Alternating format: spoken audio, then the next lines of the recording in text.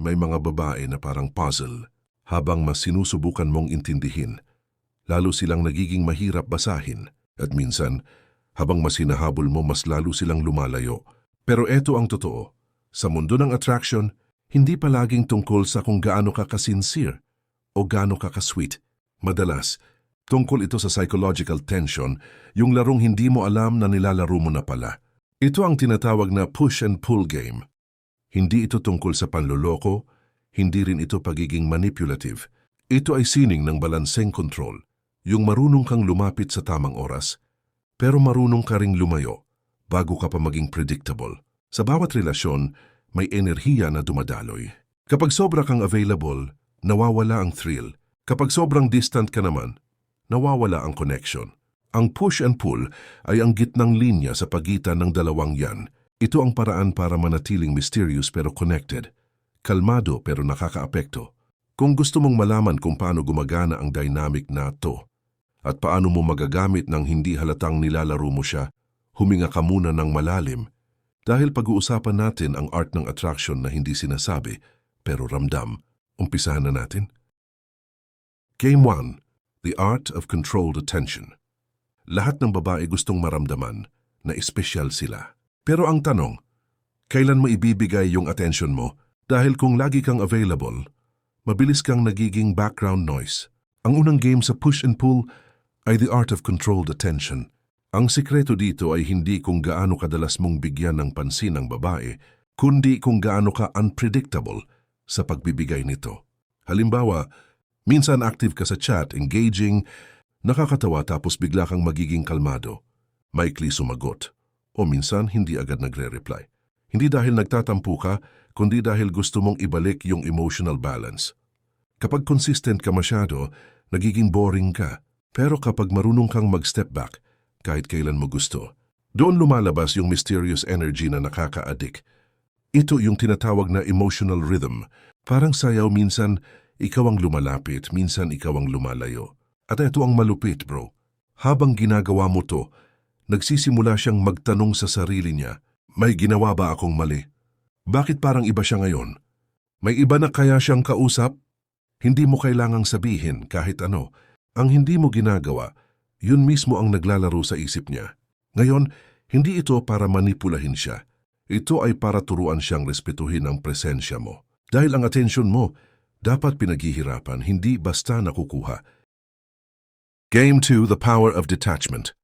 Isa sa pinakamalalakas na sandata ng isang lalaki ay hindi looks, hindi charm kundi detachment, yung kakayahang kontrolin ang sarili kahit may gustong-gusto kang babae. Maraming lalaki ang talo hindi dahil pangit sila, kundi dahil sobrang attached agad. Bago pa nga mag-umpisa ang laro, todo invest na sa emosyon. Lahat ng oras, effort at pag-iisip, binubuhos na nila sa babae. Kaya kapag may konting cold treatment, gumuho agad ang mundo nila. Ang babaeng sanay sa atensyon, marunong magbasa ng energy. Ramdam nila kung kailan ka desperate at kung kailan ka may sariling mundo. At ang lalaki na may detachment, siya yung nagiging challenge. Hindi dahil wala siyang pakialam, kundi dahil hindi siya umiikot sa validation ng babae. Ito ang pull sa push and pull game. Kapag marunong kang mag-step back, nagiging paradox ka sa mata niya.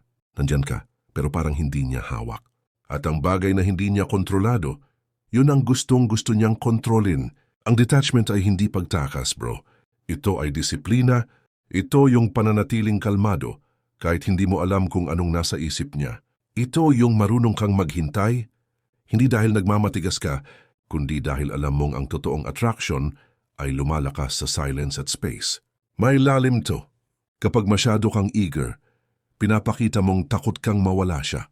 Pero kapag marunong kang magbigay ng distansya, pinaparamdam mong hindi mo kailangan ng approval niya para maging buo. At doon nagsisimulang gumalaw ang isip niya, magsisimula siyang magtanong, bakit parang hindi siya affected? Hindi ba niya ako gusto? May iba na ba siyang pinagkakaabalahan? At habang ikaw ay kalmado lang, siya naman ay hindi mapakali. Hindi dahil nilaro mo siya, kundi dahil ipinakita mong kaya mong manatiling centered kahit wala siya sa paligid. Kaya kung gusto mong matutunan ang tunay na pull, tandaan mo to. Ang babae ay na-attract sa lalaki na kaya siyang mahalin pero kaya ring mawala ng hindi natitinag. Ang detachment ay hindi pagkawala ng emosyon, ito ay mastery ng sarili. At sa mundong puno ng lalaki na laging naghahabol, ang kalmadong lalaking marunong lumayo ay nagiging hindi makalimutan. Game 3, The Emotional Mirror Effect. Bro, sa bawat interaction mo sa babae, may isa kang sandatang kadalasan hindi napapansin ng karamihan. Ang kakayahan mong mag-mirror, hindi ito tungkol sa panggagaya, kundi tungkol sa pagbabalanse ng emosyon. Kumbaga kung siya ay apoy, ikaw yung tubig. Kung siya ay bagyo, ikaw yung bato na hindi gumagalaw. Ang emotional mirror effect ay isang uri ng psychological play kung saan hindi mo sinasalubong ang emosyon niya ng parehong intensity, kundi binabalik mo ito sa kanya hindi sa salita kundi sa reaction mo. Ganito yan. Kapag ang babae ay biglang cold or distant, karamihan sa mga lalaki, lalo na yung in love na agad nagpapanik. Nagtatanong, nagdo-double text, nag-a-assume ng worst. Ang mirror man hindi ganun. Kapag siya ay cold, nagiging calm ka lalo. Kapag siya ay silent, nagiging busy ka lalo. At dahil dito, nagsisimula siyang makaramdam ng imbalance. Ang utak ng babae ay wired sa emotion. Kapag hindi mo siya tinapatan ng emosyon, nagkakaroon siya ng emotional vacuum. At dahil ayaw niya ng ganong feeling, siya mismo ang lalapit para punan yung space na iniwan mo. Ito yung hindi alam ng karamihan. Hindi mo kailangang makipag-away para manalo. Minsan panalo ka sa pamamagitan ng hindi pagsali sa gulo. Kapag marunong kang mag-mirror, pinapakita mong hindi ka basta nahihila ng emosyon niya, ikaw ang nagsiset ng emotional tone. Halimbawa, kapag nagdrama siya, imbes na makisabay, tahimik ka lang. Simple line lang, okay, naiintindihan ko. Walang explanation, walang justification, at sa katahimikan mo, doon siya nababaliw kasi gusto niyang maramdaman na apektado ka. Pero hindi mo binigay. Bro, ito yung tunay na essence ng stoic energy sa relationships. Hindi ka bato pero marunong kang magtimpi. Hindi ka manhid, pero hindi mo rin hinahayaan na kontrolin ka ng emosyon ng iba. Habang ang ibang lalaki ay nagpapagod kakahabol para lang mapansin, ikaw kalmado lang pinaparamdam mong may sariling mundo ka. At kung gusto ka niya, kailangan niyang sumabay sa rhythm mo. Hindi ka baliktaran. At ito ang nangyayari pag consistent ka rito, siya mismo ang magiging pursuer. Hindi dahil nilaro mo siya, kundi dahil nirerespeto niya ang lalim ng disiplina mo. Ang emotional na control ay hindi about sa pagiging cold. Ito ay tungkol sa pagpapakita ng strength sa gitna ng tension. At sa huli, yung babae na dati ay sinusubukan kang paikutin siya na ngayon ang hindi makatulog. Kakaisip kung ano ba talaga ang nasa isip mo. Game 4, The Scarcity Effect. Bro, ito na yung isa sa pinakamakapangyarihang laro sa dynamics ng attraction, the scarcity effect. Isa lang ang core principle nito. What is rare becomes valuable. Sa madaling sabi, kung lagi kang available, nawawala ang thrill. Pero kung marunong kang mag-withdraw ng presence mo sa tamang paraan, doon ka nagiging misteryoso at doon ka nagiging memorable. Karamihan sa mga lalaki, pag nagustuhan nila ang babae, nagiging predictable. Laging online, laging nagre-reply, laging available. Akala nila mas magiging close sila. Pero ang totoo, sa mata ng babae, nawawala ang sense of excitement. At pag wala na yon, unti-unti ring nawawala ang spark. Ang scarcity effect ay hindi tungkol sa ghosting o pag-ignore. Ito ay tungkol sa intentional distance, yung marunong kang umatras kahit gusto mo pa siyang kausapin. Yung alam mong maganda yung flow nyo. Pero pipiliin mong hindi magparamdam saglit. Bakit? Kasi gusto mong bumuo ng tension. Ganito mo siya lalaruin. Kung sanay siya na lagi kang nag-a-approach, minsan hayaan mo siyang mag-initiate. Kung sanay siya na ikaw ang nagsisend ng good morning, subukan mong magpahinga isang araw. Pag napansin niya na wala kang mensahe, magtatanong yan sa isip niya. Bakit parang may nagbago? At doon ka na nakapasok sa utak niya, hindi mo na kailangan magsalita. Ang utak ng tao ay programmed na maghanap ng sagot sa uncertainty. Kaya pag nasanay siya sa presence mo, tapos bigla kang nawala, nagiging psychological trigger yon para isipin ka lalo. Pero bro, tandaan mo, ang susi dito ay balance. Hindi pwedeng over-withdrawal kasi magiging disinterest na yon. Ang goal ay controlled scarcity, sapat para magtanim ng curiosity pero hindi sobrang tagal para mawala ang connection. Halimbawa, may pattern ka ng pag-chat gabi-gabi. Ngayon may isang gabi na hindi ka nagparamdam. Kinabukasan simpleng line lang. Was out last night, needed some time to recharge. Simple. Confident, hindi defensive. Hindi mo kailangan mag-explain kasi wala ka namang kasalanan. Pero sa isip niya, ano kaya ginagawa niya kagabi? Boom, curiosity activated. Ito ang dahilan kung bakit ang mga lalaking marunong mag-disappear strategically ay laging may dating. Hindi dahil they're playing games, kundi dahil alam nilang presence is more powerful when it's not constant. At ito pa, scarcity amplifies value. Kapag marunong kang mag-withdraw, mas nagiging special bawat interaction. Kasi alam niyang hindi ka basta-basta lumalapit sa kahit sino. Alam niyang kapag nagbigay ka ng oras, may meaning yon. Sa ganitong laro, hindi mo kailangang maging pinakagwapo o pinakama-charming. Ang kailangan mo lang ay self-control. Kasi sa panahon ngayon, kung sino ang marunong mag-withhold ng attention, siya ang may tunay na power. Game 5, The Silent Attraction. Bro, eto na yung pinaka-underrated pero sobrang delikadong laro, The Silent Attraction. Ito yung game na hindi mo kailangang magsalita ng marami, pero ramdam pa rin ng babae yung energy mo. Hindi ito tungkol sa pagiging tahimik lang ito, ay tungkol sa composure, presence at aura. Tingnan mo, karamihan sa mga lalaki, kapag gusto nila ang babae, nagiging talkative, overeager, at minsan pilit na interesting. Akala nila kailangan nilang punuin ang silence. Pero hindi nila alam, minsan yung tahimik na kumpiyansa ang mas nakaka-attract. Ang silent attraction ay nagsisimula sa energy mo. Paano ka pumasok sa kwarto? Paano ka tumingin? Paano ka magbitaw? Ng isang simpleng ngiti o titig lahat, yan nagsasabi kung gaano ka grounded sa sarili mo. Ang babae, natural na intuitive. Nararamdaman nila kung insecure ka or composed. Kaya pag kalmado ka, hindi ka nagmamadaling magpakitang gilas at marunong kang mag-handle ng silence ng hindi awkward. Ang impression mo sa kanya, this man is in control. Kapag nasa conversation ka, hindi mo kailangan laging may sagot o witty remark. Minsan sapat na yung makinig talaga. Yung tipong habang nagsasalita siya, nakatingin ka lang, hindi pilit, hindi nag-i-interject, pero ramdam niyang present ka sa moment. Yun ang magnetic silence. Ang mga babae, gustong maramdaman na safe silang magsalita at yung tingin mo hindi judgmental, hindi nagmamadali, nakakabuo yun ng trust. At once magtiwala sila, unti-unti silang nagiging curious kung sino ka talaga sa likod ng katahimikan mo. Pero ito ang twist. The silent attraction isn't about being mysterious lang, it's also about being selective. Hindi mo kailangan ipakita lahat ng emosyon mo agad. Hindi mo kailangang ikwento lahat ng personal mong bagay sa unang mga usapan. Hayaan mong siya mismo ang magtanong. Kasi pag siya na ang nagtanong, ibig sabihin, interesado na siya sa iyo. Gamitin mo rin ang eye contact ng tama. Hindi yung titig na nakakatakot o creepy, kundi yung steady at confident na tingin.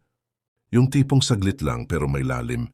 Yung parang sinasabi ng mata mo, I see you and I'm not in a hurry. Ang ganitong klase ng presence, bro, nakakapagpatense ng hangin sa pagitan nyo. Kasi yung katahimikan mo nagiging invitation. Parang sinasabi mo nang hindi binabanggit. Kung gusto mong makilala ako, you'll have to earn it. Ang silent attraction ay hindi laro ng mga insecure o nagmamadali. Ito ay laro ng mga lalaking kilala ang sarili nila. Yung tahimik pero may impact. Yung hindi kailangang sumigaw para mapansin. Yung presensya pa lang may bigat na.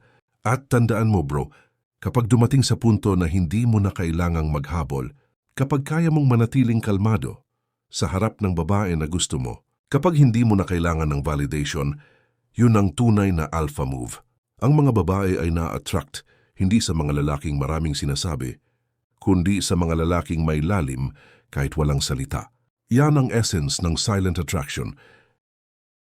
Game 6, The Emotional Mirror. Bro, eto na yung isa sa pinakamalalim pero pinaka-epektibong laro sa psychological level, the emotional mirror. Ito yung game na hindi lang ginagamit ng matalino, kundi ng mga lalaki na marunong magbasa ng tao.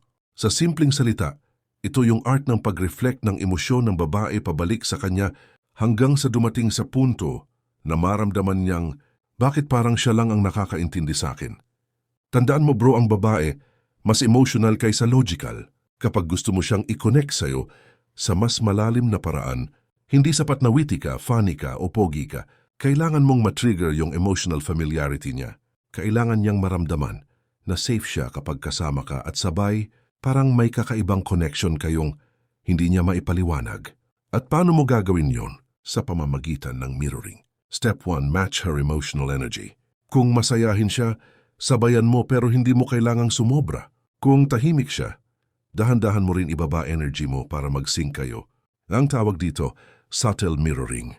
Kapag nag-match kayo sa frequency, subconsciously mararamdaman niya, comfortable ako sa kanya. Hindi ako kailangang magpanggap. Kahit sa tono ng boses, bro, kung soft siya magsalita, ibaba mo rin boses mo ng bahagya. Kung expressive siya, huwag kang magmukhang bato.